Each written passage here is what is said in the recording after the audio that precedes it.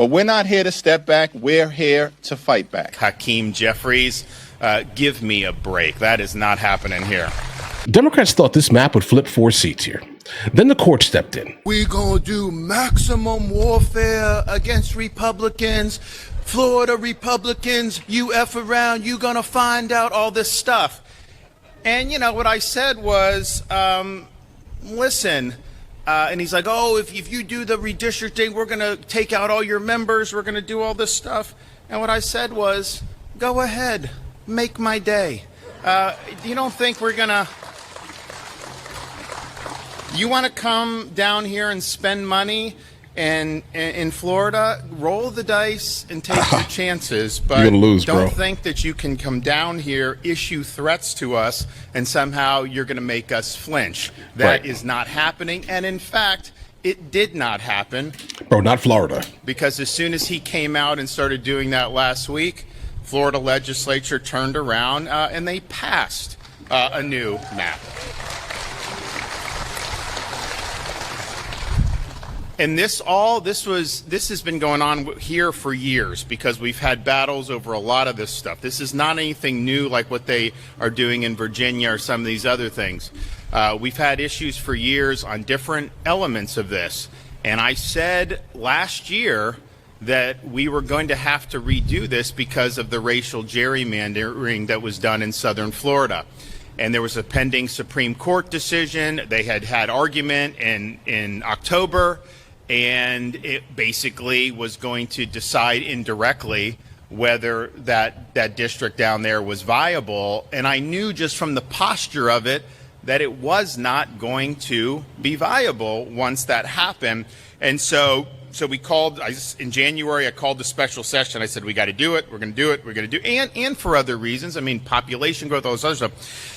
But we said that was going to happen. So then the people were like, oh, well, they haven't ruled. How can you know? How can you know? First of all, we knew. But anyways, you go. So then they're going, and they're literally, as they're debating it on the floor of the Florida Senate, what happens? The U.S. Supreme Court publishes the Calais decision, which what we had said was going to happen.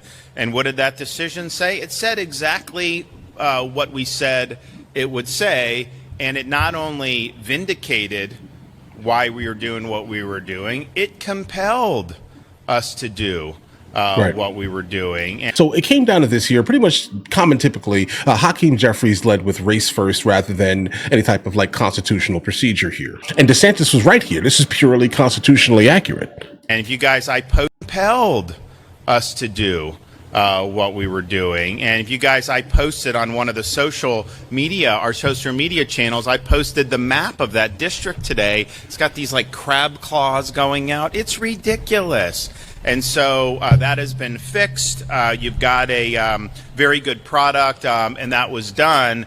But the notion that we would ever deviate from doing what's right because we're fielding threats from some machine politician in Brooklyn like Hakeem Jeffries, give me a break. That is not happening here. Today's decision by this illegitimate Supreme Court majority strikes a blow against the Voting Rights Act and is designed to undermine the ability of communities of color all across this country to elect their candidate of choice. But we're not here to step back. We're here to fight back. Yes. Now, when this decision came out earlier today, it's an unacceptable decision, but not an unexpected decision. Because this isn't even really the Roberts Court. It's the Trump Court. Yes. And what we would expect from the Trump Court is an effort to continue their scheme to suppress the vote and rig the midterm elections and beyond. Because these extremists have failed America in every possible way. They failed on the economy. They failed on health care. They're failing as it relates to this reckless and costly war of choice. The extremists have completely and totally failed America. That's right. So they've concluded, aided and abetted by the Trump court, that they have to cheat. I think they're great. And I think that Congress has to take care of those people. You know, we're talking about ICE, we're talking about Border Patrol, Secret Service, everyone. The Democrats essentially want to defund the police, just so you know. That's right. They want to defund law enforcement. It's crazy. These people have gone crazy. I heard Hakeem Jeffries, a low IQ person, he's a very low IQ, screaming today that the Supreme Court is illegitimate. I mean, that's a dangerous statement. And if I say something modest, they say, oh, he's a king, he's a king. They're sick. But Hakeem Jeffries said the Supreme Court is illegitimate. That's a rough statement. If I made that statement, it would be the biggest story out there. So firstly, the Supreme Court is in fact not illegitimate just because you don't have like majority say. Just because they don't 100% agree with whatever you're, preaching for the most part here, it doesn't mean that they're illegitimate. You know what? Listen, it's common typical to the overall perspective coming from the left right now anyway here, right? Like if you do not 100% agree with whatever they're stating here, then you are in fact illegitimate and basically up for grabs to whatever absolute nut job that's going to come and do, some craziness to you or your family here. It seems like that seems to be the overall talking point that they kind of espouse these days. I remember growing up and there were two parties that had slightly different views, but still kind of could get along, if that makes any sense here, right? I mean, there were some contentious moments back in the day, absolutely, in fact, here. We knew that both parties had the best interests of the United States of America and were not completely backed in the corners here. So the idea of redistricting has absolutely been kind of a troubling issue for the longest amount of time here. This is no longer the 1930s, 40s, 50s, 60s, 70s. You get what I'm saying here, guys? We're kind of past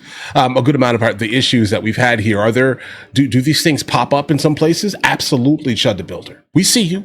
Do some of the absolute nutjob crazies do this? Definitely, in fact, here, guys. I can think of a couple of reasons why redistricting would absolutely be something that's meaningful here. And that comes down to the California paradox. Gavin Newsom decided to basically run the state of California into the ground, okay? Started levying taxes on people that were trying to sell their houses for over like $1 million when basically a 2-bedroom, 3-bathroom house in California is like $1 million in some places, okay? And so long story short here, the average common typical person who had a gigantic boom in the price of their real estate, guys, all right? What did they do?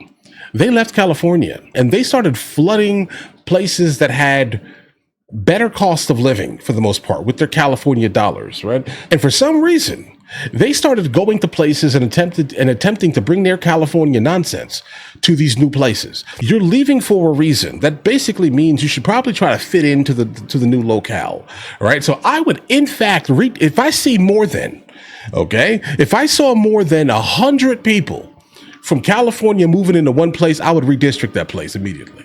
I'd say, how about this here, guys? Your votes matter.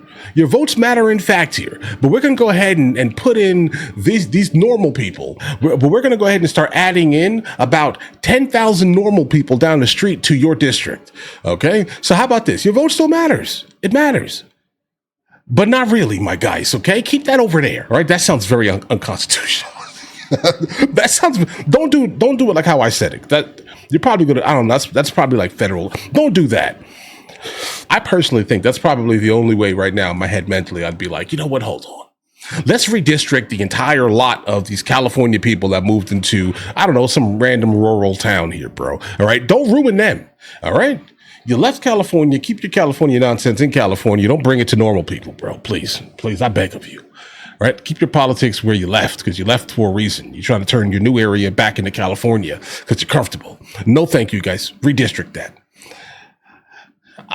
That's a rant. But listen, guys, but hopefully you guys understand what I'm saying here. Don't do that. But the moral of the story here is that the instance that we're talking about here, specifically in this video here, had nothing really truthfully to do with the idea of race.